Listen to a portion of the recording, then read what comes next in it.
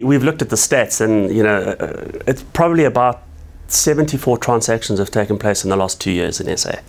And clearly there's a consolidation strategy.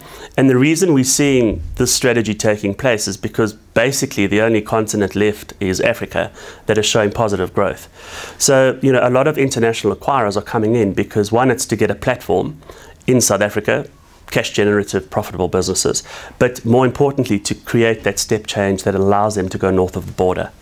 The consolidation always poses challenges because, depending on the nature of the structure and who the acquirer is, a lot of these boutique firms and specialist firms are being swallowed up. So the million-dollar question is, what does it look like in a year or two? Does the DNA change? Does the relationship and customer service change? All of those knock-on effects will only be felt post-transaction. And specializing on the sell side, we understand the dynamic and headspace of entrepreneurs. If you're an entrepreneur, you've built a great business, and I want to go buy a set of headphones, I can go and do it. In a large organization, it could take me 2 months. And that's the day-to-day that can kill and throttle businesses. There's a lot of really, really good boutique businesses out of there, and I believe there's always going to be a place for them. What's really interesting is, although cash flow may be taken offshore, a lot of it is going to reinvestment.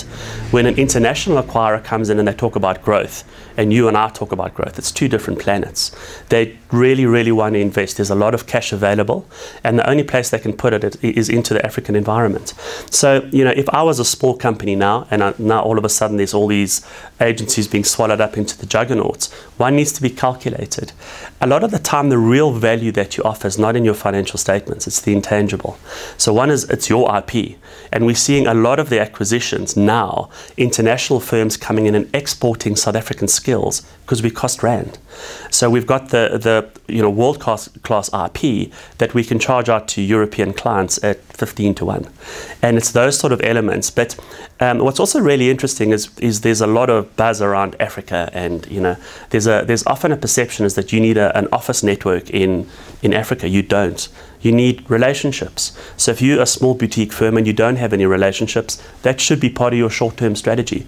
Because the filter for acquirers, and I'm going to say the arrogance and ego of, well, if we're not going to do it through you, we'll go do it ourselves, has changed over the last 2 years.